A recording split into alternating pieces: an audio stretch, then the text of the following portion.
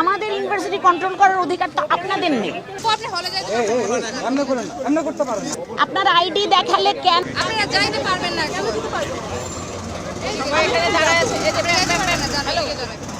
পিছনে সবাই দাঁড়ায় আছে। এই যে বলে আমি বুঝতেছেন না কেন?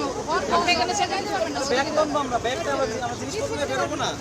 হল বন্ধ মানে আমার হল রাত আছে, আমি হলে যাব। আপনি এখন হলে যাইতে পারবেন না। হলে কেন যেতে পারবো না? আশ্চর্য। এই হ্যালো, কি করছেন আপু? আপনি হলে যাইতে পারবেন না? এমনি করেন, এমনি করতে পারেন না।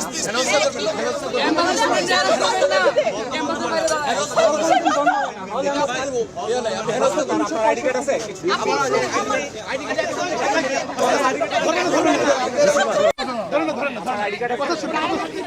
কথা শুনবেন না, সে কি কথা বলতেছে? সে তো কথা বলার আগে চলে যাচ্ছে।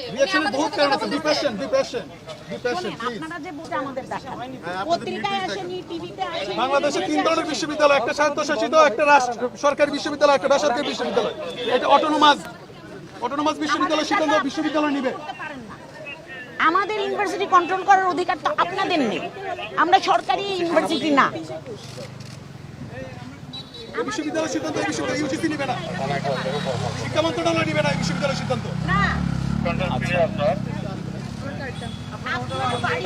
আমরা যেহেতু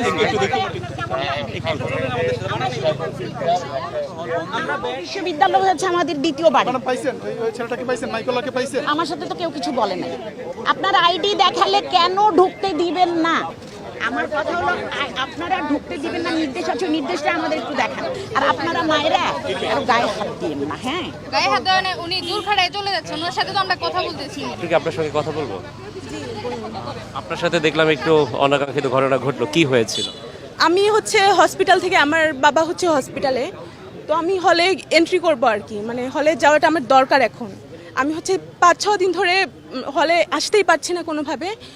আজকে এসে দেখি যে এই জায়গায় এন্ট্রিতে আমার কাছে আইডি কার্ড আছে। আইডি কার্ড থাকলে তো আমাকে আটকানোর কোনো কথা না। আর হল যে বন্ধ, হলে প্রচুর পরিমাণ শিক্ষার্থী এখনও অবস্থান করছে, তো আমাকে এখন হলে যেতে বাধাটা কিসের?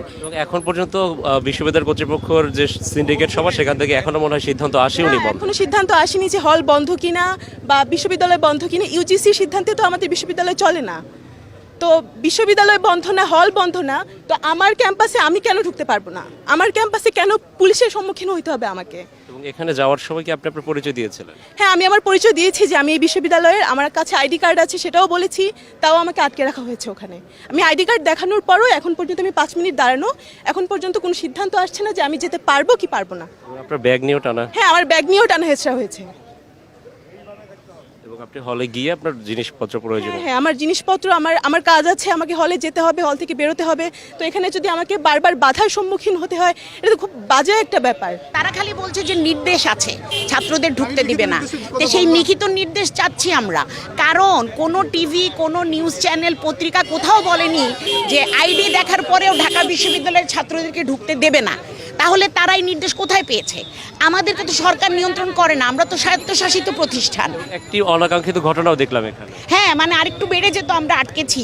এখন কথা হলো, আমি বলেছি যে কারো গায়ে যেন হাত না দেয়। মহিলা পুলিশ হলেও মেয়েদের গায়ে হাত দিবে না। ওনাদের যে নির্দেশ আছে, এটা ওনারা আমাদেরকে লিখিত নির্দেশটা দেখান, কারণ আমাদেরকে সরকার নির্দেশ দিতে পারে না। আমরা স্বায়ত্তশাসিত, তাই না? আমরা তো সরকারি বিশ্ববিদ্যালয় না, ওনাদের তো এই অধিকার নাই। একজন নারী শিক্ষার্থীর সাথে যেটা হলো, উনি তো হচ্ছে বিশ্ববিদ্যালয়ের শিক্ষার্থী, আইডিও আছে, দেখানো হয়েছিল, আইডিও আছে। আমার কথা হলো, আইডি দেখালে আপনারা কেন যেতে দিবেন না? আপনার বাড়িতে যদি আজকে আপনাকে ঢুকতে না দেয়, আপনার কেমন লাগবে? এটা তো আমাদের বাড়ি, কোন অধিকারে ওনারা ঢুকতে দিবেন না? লিখিত দেখান যে আমাদের কাছে নির্দেশ, তারপরেও সরকারের নির্দেশ মানতে আমরা বাধ্য না। আমরা স্বায়ত্তশাসিত। ইউনিভার্সিটি যদি বন্ধ ঘোষণা করে, আমি কি ডিপার্টমেন্টে যেতে পারবো না? আমার কাজ থাকতে পারে না? আমরা সমাবেশ করব, মাইকওয়ালাকে ঢুকতে দিচ্ছে না।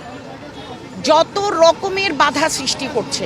আজকে আপনাদের সমাবেশটা সম্পর্কে একটু যদি বলতেন। 11টায় শুরু হওয়ার কথা অপরাজেয় বাংলার পাদদেশে, কিন্তু মাইক আসেনি, আমরা মাইকওয়ালাকে নিতে এসেছি। এই যে প্রতিবাদ জানানো আমাদের ছাত্রদের সাথে যা হয়েছে, আমরা তো কালকে ঢাকা মেডিকেল ইমার্জেন্সিতে আমরা কয়েকজন গিয়েছিলাম। আমরা নিজের চোখে দেখে এসেছি কি হয়েছে। রক্তাক্তদেরকে দেখেছি, পায়ে গুলি লেগেছে দেখেছি, চোখ মুখ নাক ফেটে গেছে দেখেছি। এসেছে? আচ্ছা আচ্ছা।